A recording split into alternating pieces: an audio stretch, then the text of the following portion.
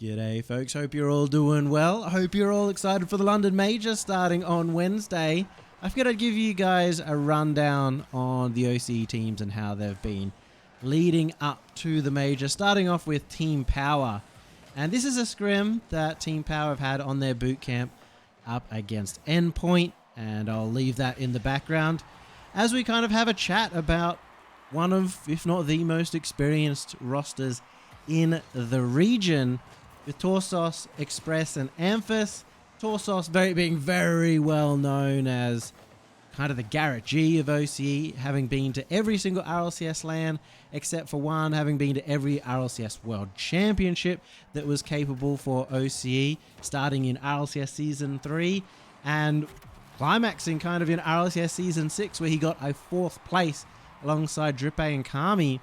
So a very well-storied player, and also a very trash-talky player. If you like the banter, then I'm sure you'll like Torsos. He didn't have a great Sweden Major, we'll be honest. A lot more expectations on him than what we got, but hopefully he is able to show up. He does look quite in form.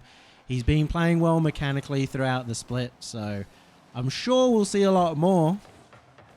On the opposite side, we did have Express, who did play extremely well at the Sweden Major. Had a good LAN performance. Had a rough winter split, I feel like, especially the first 2 events of the winter split. He was really out of sorts, looked very uncomfortable on the pitch.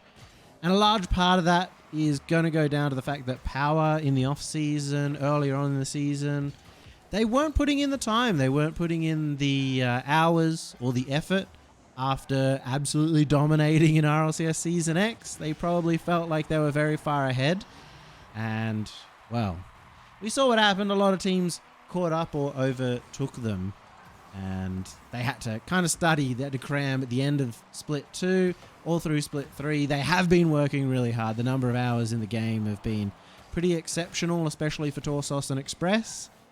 And hopefully that continues on with Express having another good performance. Meanwhile, Amphis, the non-experienced player in this roster, in that he only started playing in RLCS Season 9, and immediately in his first ever top 8 for RLCS, he came second. He already dominated from the very start. His worst result in an RLCS season is second place for the entire season, because they also won the RLCS X Championship. And, well, he's not going to be happy with anything less. I do know that Torsos and Amphis both have their roots in England too, so they've probably got a lot of family over there. Will really enjoy playing in front of that crowd. And Amphis too has been upping the pace. RLCS X, he was just by far the best player in OCE. He was looking like he was going to make a lot of waves if there was some international competition. And this is going to have to be the tournament where he does that, in front of a crowd that is somewhat his home crowd, or maybe not in front of a crowd, because, well, they have a very tough bracket.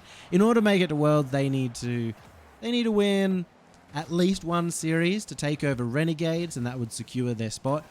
Or there is that mild chance that they would be able to do it without winning a series if KCP didn't win a single series, but I don't think they can count on that whatsoever. The big problem for Power in London is that they will be versing FaZe in the very first round, the NA champions of the 3rd event, and then they'll be having to face down the loser of Liquid and Falcons. It's probably the worst possible bracket they could have got for any team that wanted or was hoping to just get one series win. But I do know from the way, they think about the game, they're not focusing on just we need to get that one series win. They're confident enough in themselves that they want to make a deep run, that they want to play not just for getting a series win, but to actually try and win the event. As hard as that might sound, because London's looking stacked. London might be the most stacked tournament we've had to date. Not really any weaknesses. All of the new regions as well looking strong. We also see that Falcons are going to actually arrive at the LAN this time, which also helps out the stackness. So it's going to be a very exciting LAN to see how Power able to shape up. And they have had the longest boot camp. So these guys are really desperate to do as well as possibly can. They want to go to Worlds.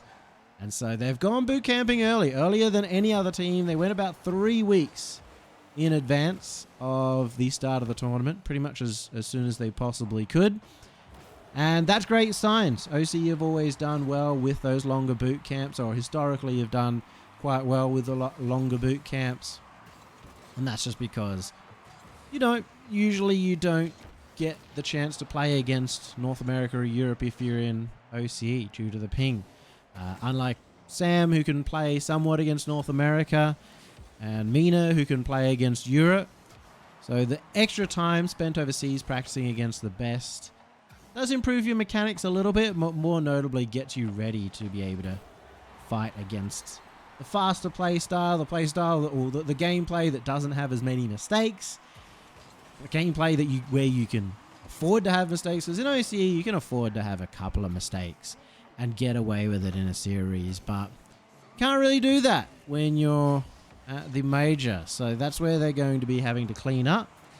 We'll see how it goes. My expectations, I think they're going to go 0-2, unfortunately, just because of the quality of the competition. But if they play like they did in the first event of this split, where they looked incredibly good, then they could definitely take down pretty much anyone. My only question has been their consistency, because in the second and third event, we didn't see the best of them. But the boot camp, that is 3 weeks, are going to have a huge effect. So we'll see how that goes, and I'll leave you off with the rest of this series.